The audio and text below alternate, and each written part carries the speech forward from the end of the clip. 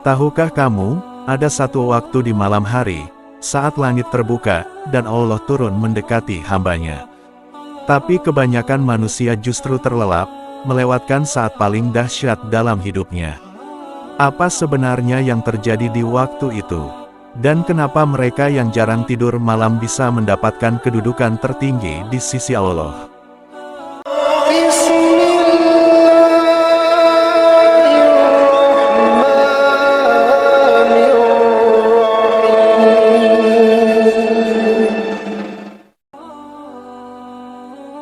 Assalamualaikum warahmatullahi wabarakatuh. Saudaraku yang dirahmati Allah, pernahkah engkau terjaga di malam hari, saat semua orang lelap tertidur, dan dunia menjadi sunyi senyap? Saat itulah, langit terbuka. Saat itulah, Allah turun ke langit dunia. Malam bukan sekadar waktu untuk beristirahat, tapi malam adalah kesempatan emas untuk mendekat kepadanya. Malam adalah rahasia para kekasih Allah. Malam adalah waktu yang tak tergantikan bagi orang-orang beriman. 1. Tidur malam adalah nikmat, tapi bangun di tengah malam adalah pilihan para pecinta Allah. Islam tidak melarang tidur malam. Bahkan tidur adalah nikmat dari Allah. Tapi, jika engkau sanggup meninggalkan tidur di waktu terbaikmu demi Allah, maka engkau termasuk hamba pilihan. Allah berfirman dalam surah As-Sajdah ayat 16. Lambung mereka jauh dari tempat tidurnya, mereka berdoa kepada Tuhannya dengan rasa takut dan harap. Saudaraku, tahukah engkau, orang-orang yang jarang tidur malam karena beribadah akan mendapatkan kedudukan khusus di sisi Allah. Mereka tak sekadar bangun, tapi mereka menangis, memohon, bersimpuh, dan memohon ampun dalam keheningan. Mereka tahu, doa di sepertiga malam adalah doa yang paling mustajab. 2. Keajaiban spiritualitas orang yang bangun di malam hari. Rasulullah bersabda, Rob kita turun ke langit dunia pada sepertiga malam terakhir, lalu berkata, siapa yang berdoa kepadaku, akan aku kabulkan, siapa yang meminta kepadaku, akan aku beri, siapa yang memohon ampun kepadaku, akan aku ampuni. Hadis riwayat Bukhari dan Muslim. Inilah rahasia yang tak dimiliki mereka yang hanya mengejar dunia. Bangun malam bukan hanya tentang ibadah, tapi tentang cinta, tentang rindu, tentang kebutuhan ruhani. Cobalah, walau hanya 10 menit. Bangun, ambil wudhu, sujud, lalu sampaikan semua isi hatimu. Engkau akan rasakan sendiri, betapa Allah itu dekat. 3. Manfaat spiritual dan mental bagi yang jarang tidur malam karena ibadah.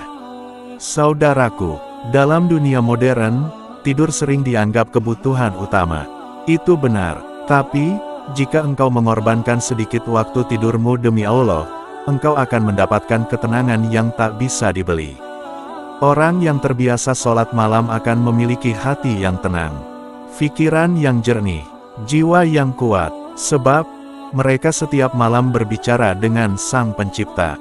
Bagaimana mungkin hatinya gelisah? Bahkan para ulama mengatakan, orang yang rajin tahajud, wajahnya akan bersinar di siang hari, karena cahaya malam akan terpancar di wajahnya. 4. Mereka yang dipilih Allah untuk bangun di malam hari. Tidak semua orang bisa bangun malam. Bahkan banyak yang ingin, tapi gagal. Tapi saudaraku, jika engkau mampu bangun malam, bersyukurlah. Itu tandanya Allah sedang memanggilmu. Allah sedang memilihmu untuk menjadi hambanya yang dekat. Rasulullah bersabda, sebaik-baik sholat setelah sholat fardu adalah salat malam. Hadis riwayat Muslim. Tidak ada prestasi dunia yang sebanding dengan prestasi menjadi kekasih Allah di tengah malam. Saudaraku, kalau engkau belum sanggup bangun tiap malam, mulailah dengan seminggu sekali. Kalau belum bisa lama, mulailah dengan 2 rakaat. Kalau belum bisa menangis, mulailah dengan menyebut nama Allah. Dan percayalah, setiap langkah kecil kita menuju Allah, Allah akan melangkah lebih besar lagi menuju kita. Sebagaimana sabda Rasulullah, jika hambaku mendekat sejengkal, aku akan mendekat sehasta. Jika dia mendekat sehasta, aku akan mendekat sedepa. Jika dia datang kepadaku berjalan, aku akan datang kepadanya berlari. Hadis riwayat Bukhari dan Muslim. Maka jangan tunggu sempurna, baru ibadah. Tapi beribadahlah, insya Allah Allah akan menyempurnakan hidup kita. Mari kita jadikan malam sebagai tempat terbaik untuk mencintai Allah. Wallahu a'lam bishawab. Semoga Allah jadikan kita semua termasuk hamba-hamba yang dicintainya. Jangan lupa bagikan video ini jika bermanfaat. Assalamualaikum warahmatullahi wabarakatuh.